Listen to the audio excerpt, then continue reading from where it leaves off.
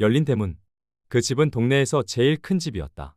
마당에는 계절마다 꽃이 피었고 창고에는 곡식이 가득했다. 아이들은 배고픔이 무엇인지 모르고 자랐고 어른들은 우리 집은 힘들어도 다시 일어설 수 있다 는 자부심으로 살았다. 오랜 세월 피땀으로 일군 집이었다. 그런데 어느 날부터 이상한 일이 시작되었다. 처음엔 대문 앞에 낯선 사람들이 서 있었다. 해진 옷을 입고 불쌍한 표정으로 문을 두드렸다. 하룻밤만 재워주십시오. 집주인은 망설였지만 마음 약한 가족들이 말했다.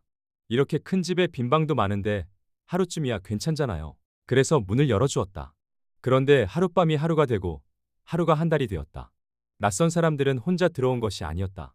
며칠 지나자 형제들이 들어왔고 조카들이 들어왔고 친구들이 들어왔다. 처음엔 미안한 얼굴을 하던 사람들도 차츰 익숙한 표정이 되었다. 어느새 부엌을 드나들고 냉장고를 열고 거실 소파에 눕기 시작했다. 집안에 몇몇은 불편해했다. 이건 좀 이상하지 않아요? 손님이 아니라 식구처럼 사는데요. 그러자 다른 이들이 눈을 흘겼다. 사람이 어떻게 그렇게 매정할 수 있어요? 어려운 사람들 좀 도와줄 수도 있지. 문제는 거기서 끝나지 않았다. 이 집은 워낙 잘 살기로 소문난 탓에 친척들도 하나둘 찾아왔다. 급한데 조금만 빌려달라. 이번만 도와달라. 너희 집 정도면 이 정도는 감당하지 않겠냐. 빌려준 돈은 돌아오지 않았다. 그런데도 집안의 둘째 아들은 늘 남을 딱하게 여겼다. 밖에서 울고 있는 친구를 보면 주머니를 털어 도와주었고 동네 단체들은 그런 집안을 찾아와 말했다. 당신네는 많이 가졌으니 더 내야 합니다. 이 집이 모범을 보여야죠. 가진 자의 책임 아닙니까? 처음엔 한 군데였다. 그 다음엔 10군데가 되었고 나중에는 셀 수도 없었다. 무슨 모임, 무슨 기금, 무슨 후원, 무슨 구제. 집안 사람들은 벌어들이는 돈보다 나가는 돈이 더 많아졌지만 이상하게도 이제 그만하자 는 말은 점점 금기어가 되어갔다. 설상가상으로 집안의 가장 큰 수입원이던 공방까지 흔들리기 시작했다. 여기서 만들면 인건비가 너무 비싸요. 저쪽 동네 친구네 집에 맡기면 훨씬 싸게 할 수 있어요. 사람들은 계산기를 두드리며 고개를 끄덕였다. 당장 눈앞의 숫자는 줄어들었다. 그래서 공방의 일은 점점 바깥으로 넘어갔다. 집안의 숙련된 손들은 일자리를 잃었고 창고는 조용해졌다. 그렇게 몇 해가 지나자 이상한 소문이 돌기 시작했다. 그 싸게 맡겼던 친구네 집이 다른 집들과 손을 잡고 있었다. 처음엔 웃으며 거래하더니 이제는 이 집 사정을 훤히 들여다보며 약점을 쥐고 흔든다는 소문이었다.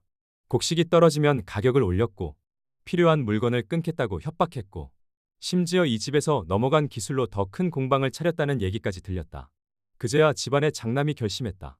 이제 대문을 닫아야 합니다. 돈의 흐름을 점검해야 합니다. 공방을 다시 살려야 합니다. 이 집은 먼저 우리 아이들의 집이어야 합니다. 하지만 장남이 입을 열자 집안이 뒤집혔다. 거실에서는 고성이 오갔고 마당에서는 사람들이 몰려와 손가락질했다.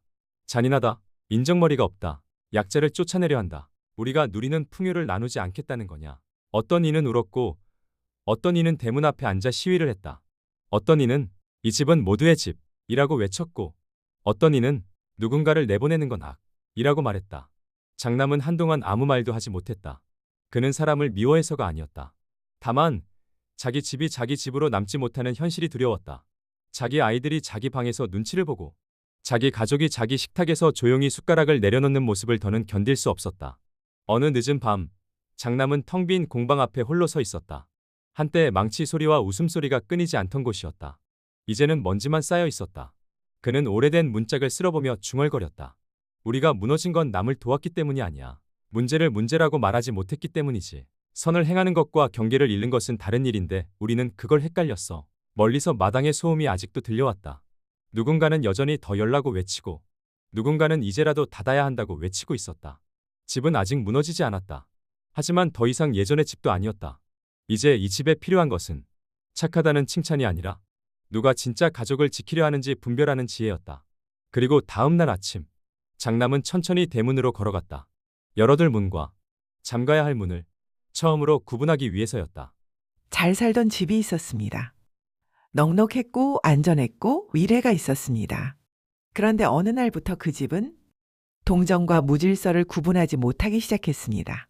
문은 계속 열렸고 돈은 계속 빠져나갔고 일자리는 밖으로 옮겨졌고 정작 그 집의 아이들은 자기 집 안에서조차 불안해지기 시작했습니다. 그런데도 누구도 문제를 말하지 못했습니다. 말하는 순간 차갑다, 매정하다, 사랑이 없다고 비난받기 때문입니다. 심지어 수백만 명이 거리로 나왔다고 합니다. 하지만 질문해야 합니다. 그 거대한 외침은 누구를 위한 것이었을까요?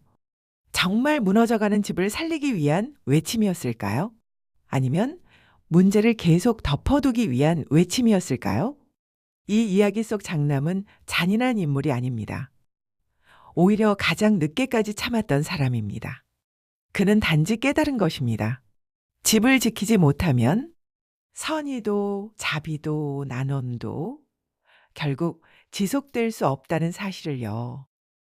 그래서 그의 행동은 비난의 대상이 아니라 오히려 가장 기본적인 책임의 표현일지도 모릅니다. 집의 문을 다시 살피는 일, 곳간의 상태를 점검하는 일, 가족이 설 자리를 먼저 지키는 일, 그것은 미움이 아니라 책임입니다. 배제가 아니라 질서입니다. 그리고 어쩌면 무너져가는 시대에 꼭 필요한 마지막 용기인지도 모릅니다.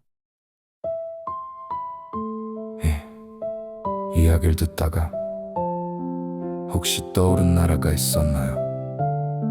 대체 누구를 위해 그 많은 사람들이 모였을까요? 잘 살던 집 하나 문은 활짝 열렸지. 선의로 시작했지만 경계선은 흐려졌지. 낯선 발걸음들이 거실까지 들어왔고 아이들 웃음소린 점점 작아져만 갔어.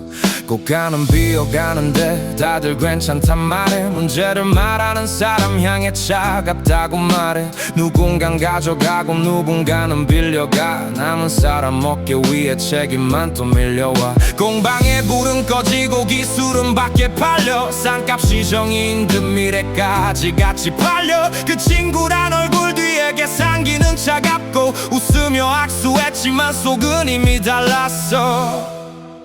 근데 왜 무너뜨린 사람보다 바로 잡으려는 사람에게 손가락질이 먼저 갈까?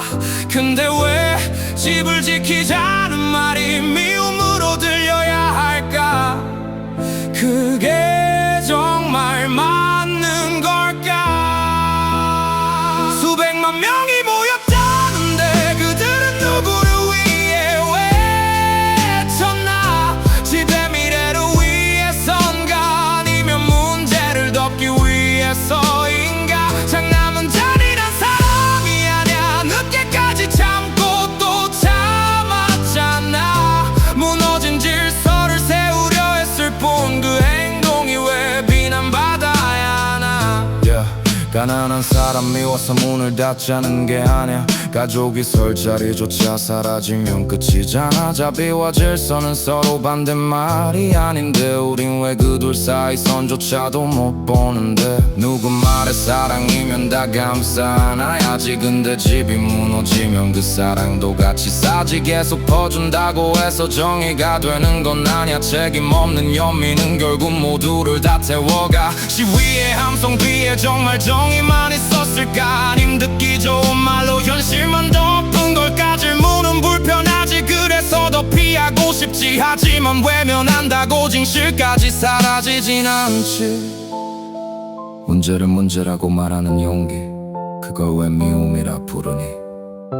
경계를 세우는 책임의 목소리, 그걸 왜 죄라 부르니? 열어둘 문과 닫아야 할 문, 그걸 구분하는 일, 그게 어른의 못 가냐? 수백만 명이 모였다는데 그들은 누구를 위해 외쳤나? 집의 미래를 위해선가? 아니면 문제를 덮기 위해서인가? 장남은 잔인한 사람이 아냐. 늦게까지 참고 또 참았잖아. 무너진 질서를 세우려 했을 뿐 그 행동이 왜 비난받아야 하나? 이 이야기는 누군가를 미워하자는 얘기가 아니에요.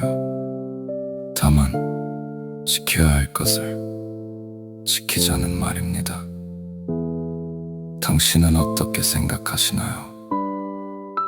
그 함성은 정말 누구를 위한 것이었나요?